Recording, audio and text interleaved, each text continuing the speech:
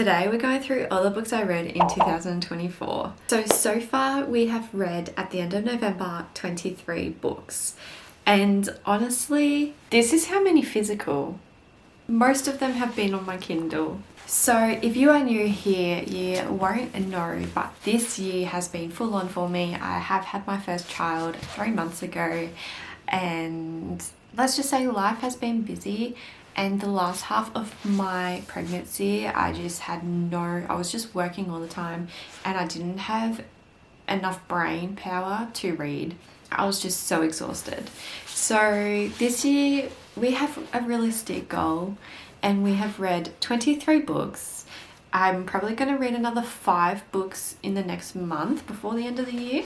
If I do, I'll update at the end of this video. I'll add them in. I'm going to give you my quick thoughts, my rating, and if I enjoyed it. So starting off, I read The Co-Worker by Freida McFadden, and I love Freida McFadden books. Don't get me wrong.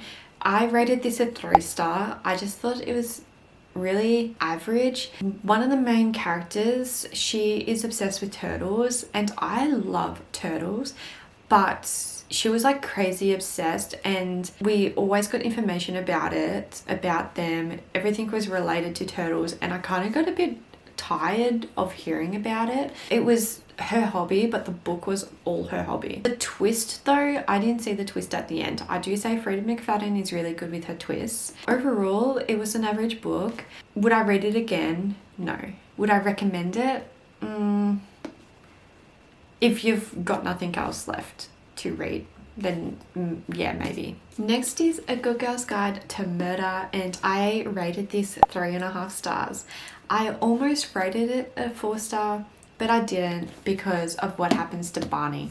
I'm not telling you who Barney is. If you want to find out, go read it. I'm not spoiling it if you want to read it. But that was the saddest part out of the whole book. I mean, the book I guess isn't really sad overall. It was good.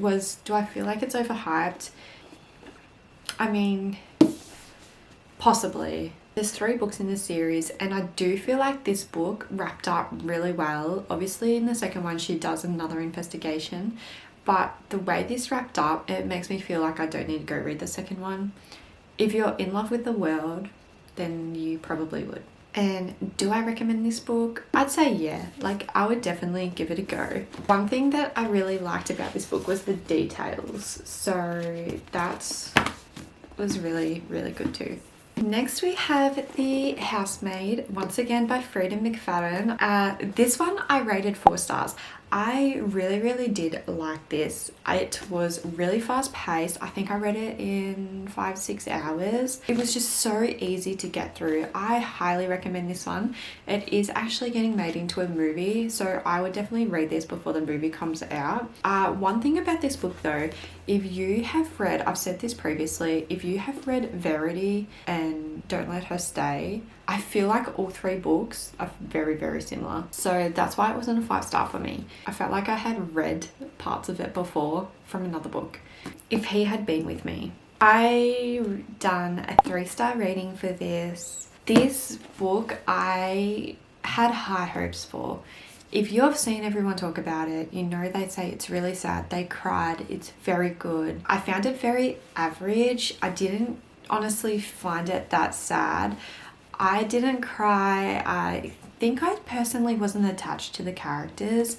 It is a YA, and I normally like YAs, so I feel like that's not a reason not to like it, but I felt like this was very YA. But it just felt like if I was in high school and I was like 12, 13 and I had a boyfriend, stuff like that. So I personally couldn't really relate. I guess I could in a younger version of myself, but it was just very average. It was just very high school, and I just feel like it's overrated. I don't really recommend it. It's not up there for me. Punk 57. This was my first Penelope Douglas book, and I gave this a 3 stars. I had highs and lows with this. It's a pretty small book. I think it's around 350 pages, but for some reason it was like a love-hate relationship. I loved the male character in this. His name was Misha and he was really, really nice. I loved Misha's story, but for some reason this took me so long to get through. It definitely did also get hyped up. It took me a while to actually pick this up because of how much hype it received in 2023. So I was like, you know what, I'm just gonna do it. I'm glad I did. There is a bit of spice in it, and the spicy scenes are, let's just say, like, they do stuff in the car a lot. Next we have The Cat and Mouse Duo by H.D. Carlton, and I don't know if I'm psychotic, I don't know if there's something wrong with me, but this series was so freaking boring. I rated Haunting Adeline 2 stars. I do like Sade Meadows, but just the letters from the grandma I found a bit boring on her story. It was interesting at the start, but they just kept going and I was like, I didn't really care for them. I felt like it was so long and so dragged out. There's just better dark romance books out there. A lot of people say they start on this book and then you have people saying, oh, you shouldn't start on this is really dark. Stuff happens in there, yeah, but it's not that bad, but I'm not too sure if it's because I'm like messed up. Maybe I need to see a therapist. And then Hunting Adeline, I ended up giving a 2.5 star rating, and the reason is purely because the first 50% of the book was really, really good, and that's why I got an extra half star. The last half, it just dropped off. It got so boring again. I don't know why. I think it was Adeline as a character, but it just felt so long, so pointless. I feel like the story could be cut in half. It took me so long, not joking, it took me like a month each to read the books. Like, it put me in a reading slump. I guess if you want like a light stalker kind of romance thing, then go for it. Book 2 is dark. It's really dark, but book 1, if you want like that light stalker romance obsession, go for it. But other than that, I'd say just skip it and go read something better. Next we have The Legacy of Lies series by Evelyn Austen, and let me tell you, if you want a really quick fast-paced series, this is it. It is like a, I guess, kind of like a dark romance college series. It was better than I thought, honestly. I didn't expect it.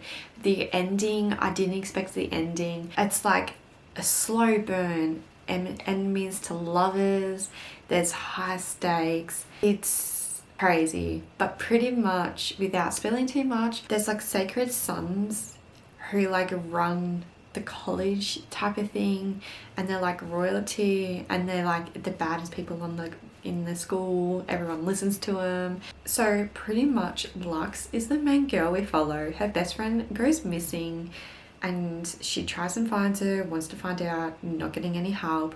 And then one of the sacred sons, they have like a ceremony thing and they select a girl that's going to be theirs, and he selects Lux, but she's trying to focus on finding her friend. There's this massive twist in it. It's so good, so quick. I think every book is like 200 pages. Honestly. So far, the series as a whole, for me, is 5 stars. But I rated every single book individually 4 stars. There is a new one that has just come out. I probably won't read it before the end of the year, but it's from another girl's point of view because of the ending. Okay, so I decided to go ahead and read my second Penelope Douglas book, which was Credence. And this book is so controversial. You can see why. So pretty much Taryn's parents die and she's an only child. So she gets sent to her guardian, who's her uncle. He's got 2 sons, but they're not related. So it's technically her step uncle because her dad and him aren't blood related. And pretty much they live out in a small town away from everyone, and it snows in and they get stuck in a cabin, and she just turns, I think she just turns 18 or 21. She's underage at the start, and then they wait for her birthday, and then when she has her birthday, it gets spicy. I have to admit, the first good 60% I was like, I don't know if I can keep reading this. It took me so long to get through this book, and I was just like, you know what, I'm just going to do it. I'm not going to DNF it. I refuse to DNF. Then all of a sudden, the last half, I was rooting for a certain son to be with Taryn. The stuff it does to you. Am I happy with the ending? Yes. Do I recommend you reading it? Probably not. Next up we have Toxic by Nicole Blanchard, and I gave this one also a 3-star rating. I don't know if I was like so harsh on my ratings this year or what, but we've only had like 1 5-star or a couple of 5 stars. And this book, it is a very short, quick paced book. If you want fast paced and like a dark romance type of mystery thing, go for it. I do recommend this book. It's 268 pages, nice and quick. It starts off so good. Check your triggers on this one, because there is a lot of like domestic violence and SA and stuff like that. I did find the last 50% kind of be a bit average, but the first 50% I ate that shit up. Ate it up. This period here was pretty much when I gave birth, so I was reading a lot on my Kindle. But next we have Den of Vipers. I was like scared to read this book because of how long it is. It is a dark romance as well, and I gave this book 3 stars. I went into this book knowing not a lot about it. I didn't know that it was like 4 brothers. They're not related, but they grew up together. 4 brothers that rule the town or the city, and they're filthy rich. They have everything they ever need. They kill people, and there's like another rivalry in the town that are trying to take over the city. So there's this big feud between them, and they go around and collect debts of people if they haven't paid them rent. And one of them, their old man, on one of the guys they collected a debt from, he actually sold his daughter to these guys and said, take her, I don't want her. So they go and get the daughter, and wow, the spice level went up. So there is 4 boys, Ryder, Garrett, Kenzo and Diesel, and I did not know that this was a reverse harem book. It should have clicked, but it didn't. That's all I'm gonna say. But I do have to say, I felt like there wasn't really like a plot. The book was so freaking long, and if it wasn't for Diesel, this book would have been pretty boring. It was average. It's kind of like those books. If you want to try it out, but it's so freaking long, close to DNFing it. Next we have Driving My Obsession. This book was really something. Once again, dark romance, stalker, technically I guess enemies to lovers. It was a very fast-paced book. I do give it that.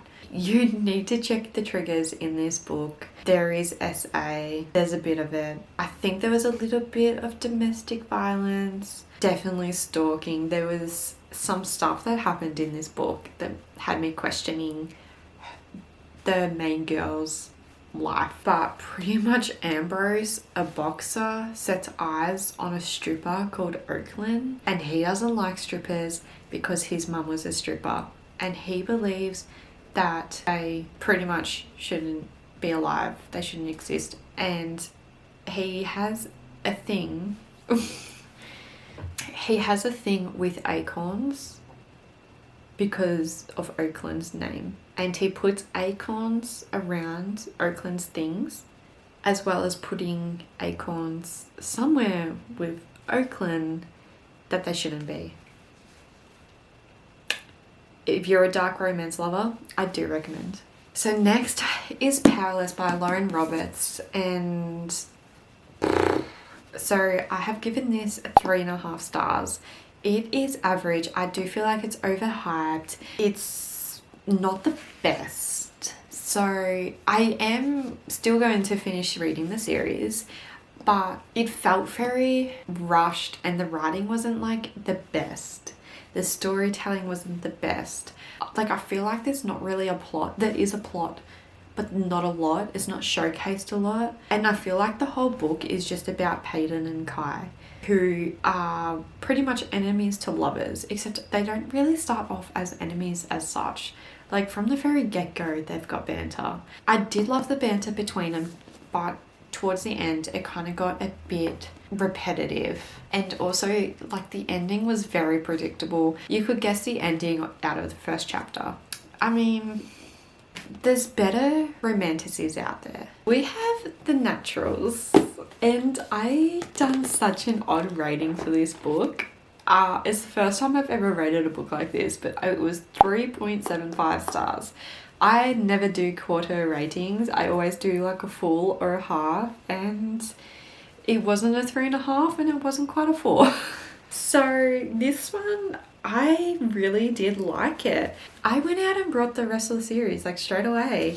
It is very short, it's very fast paced, it is teenagers, it is YA, but the twist in this in the end I did not see coming until like the last like 3 chapters, and I was just like, so yeah, recommend, highly recommend, go get it now. If you like Criminal Minds, this is like a teenage Criminal Mind version that is like teenagers who go help the FBI because they can't, they're struggling with catching serial killers on some cases, and they're really smart. So this book actually ended up taking me a long time to pick up, and that is A Wildfire.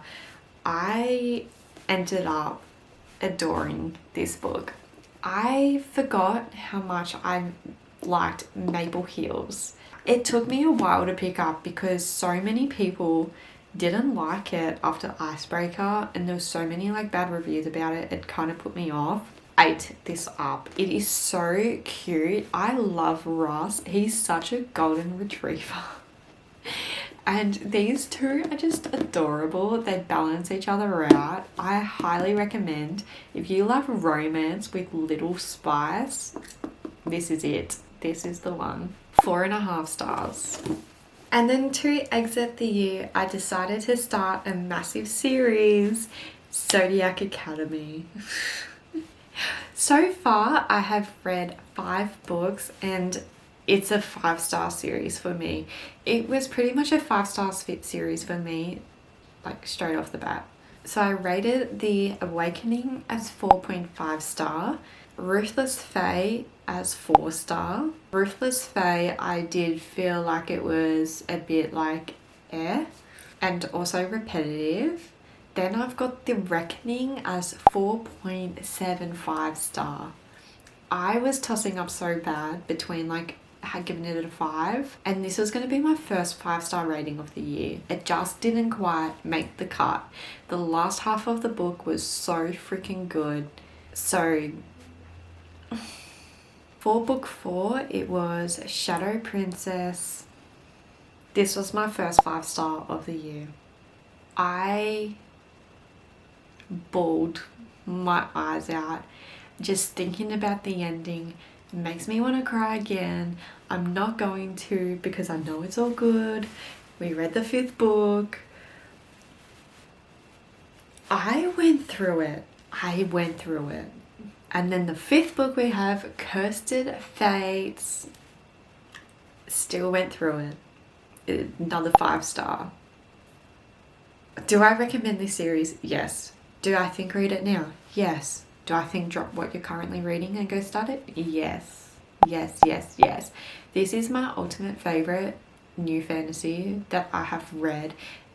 The slow burn between two of the main people, it's slower than slow. It's like they get there and then it gets ripped away. It's all enemies to lovers. It's like a lot of powers, fae, magic. It's got everything that you ever want. Multiple tropes in this book. In this series. Go read it. So I do think I'm going to be finishing a couple of more books of the Zodiac series. So I'll either like update you later on, or I might just do a blank screen.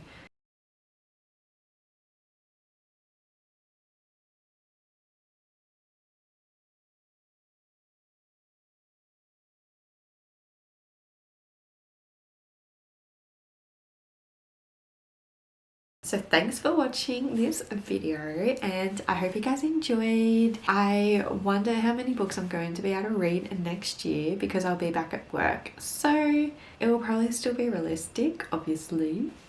And as always, I'll see you guys in the next video. Bye!